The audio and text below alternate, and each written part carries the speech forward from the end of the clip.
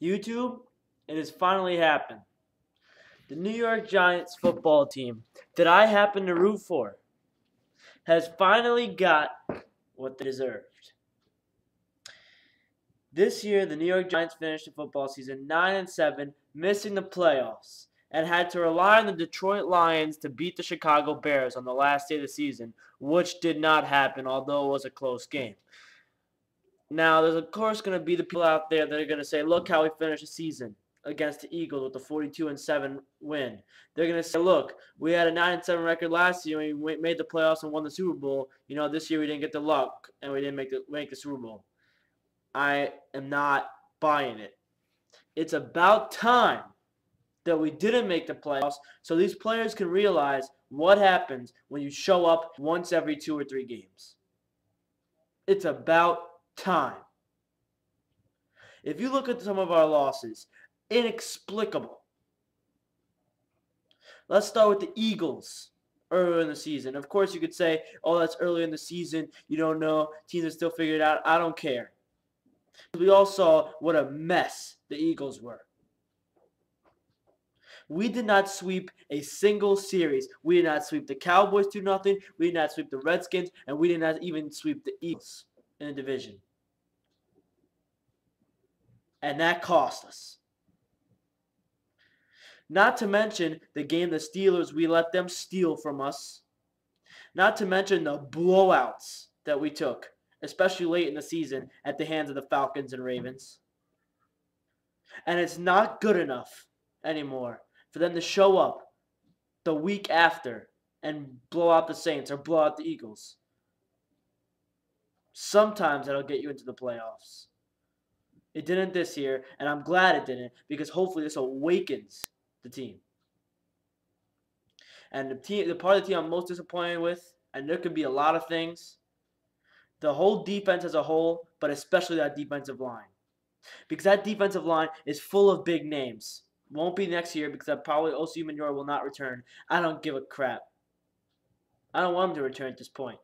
Because it seems to him that all he does on the field is speed rush past the quarterback every single play. He hasn't stopped the run. He didn't even play the run. And Jason Pierre-Paul, I'm talking to you too, because obviously you have no idea what outside contain means for a defensive end, because outside runs were going past you all year. It is not good enough for the defensive line that we have to just first of all, get the small amount of sacks that they did. I'm pretty sure that in the last 7 games, Pierre-Paul, Umenyiora, and Tuck combined for something like 3 sacks. That's a joke. It's a joke. And Jason Pierre-Paul, you want to consider yourself the best defensive end in New York? Not the way you played this year. Because it's not all about sacking the quarterback. Other than that, who else am I disappointed in? I'm calling out one man in particular, Corey Webster. A liability.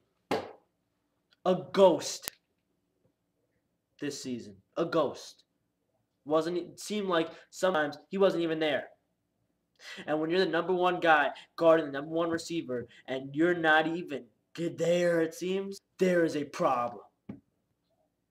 You got toasted by the Ravens, by the Falcons, by the Cowboys, by everybody.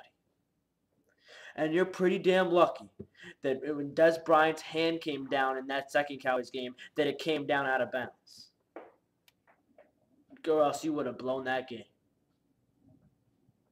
A disgrace is what Corey Webster was this year. And I'm really hoping that the Giants can go out in the first round of the draft and assess defense. Must assess defense.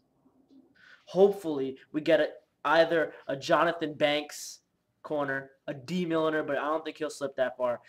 The 4 acceptable players that I'm going to take, that I would be willing for the Giants to take in the first round are Alec Ogletree and Manti Te'o, linebackers, and Jonathan Banks and D. Milliner, corners. If I had to trade up and get one, trade up and get one. But this is a disgrace. And you know what? I'm going to give credit where it's due. Chase Blackburn played a hell of a season. This guy is a guy that we brought in last year, and he wasn't even playing football. He was sitting on his couch watching football. And you know what? He didn't have too bad of a year. Of course, he wasn't great, but it's Chase Blackburn. Everybody else has a name on the back of their jersey, and when they wake up every morning to play a game, they think, "Oh, I'm Jason Pierre-Paul. I'm Justin Tuck. I already made it. I already got my 2 sacks on the stat sheet. What do I need to do today?" The rest of the linebackers, not there. Michael Boley, you are the worst cover linebacker I've ever seen. You couldn't cover a tight end. You couldn't cover a running back. You're part of the reason why Jason Witten had 1,000,000 catches in the second game. Unacceptable. And something's got to change. And if this continues to happen, if this blowing it in the second half of the season continues to happen, Tom Coughlin might have to go. And it's hard for me to say that because Tom Coughlin is a spectacular coach. Has won us 2 Super Bowls. He's won 2 Super Bowls with the Giants. But this is unacceptable. And it happens too much now. 1, 2 times, that's okay. But you can't keep this trend. And all the Giants fans now can't be excited about a 6-2 start or whatever it may be because they know it's coming. And it is coming. I was afraid when we started 6-2 that we were going to blow it. We had a 2.5 game lead in the division, but I knew something was going to happen. And we did. Unacceptable. I will be making a draft video at some point for the Giants. What I think we should assess in the draft, guys. I think I will be coming out with my first round mock draft, maybe 1.0 very soon. Version 1.0. I mean. And I will be coming out with a Knicks video later tonight. I'm back on YouTube and using a new sort of form of my YouTube videos, not such reporting, but just opinion-based, I guess. But yeah, Giants was a failure this year, even though we had a winning record, and I will come back with the Knicks video after this.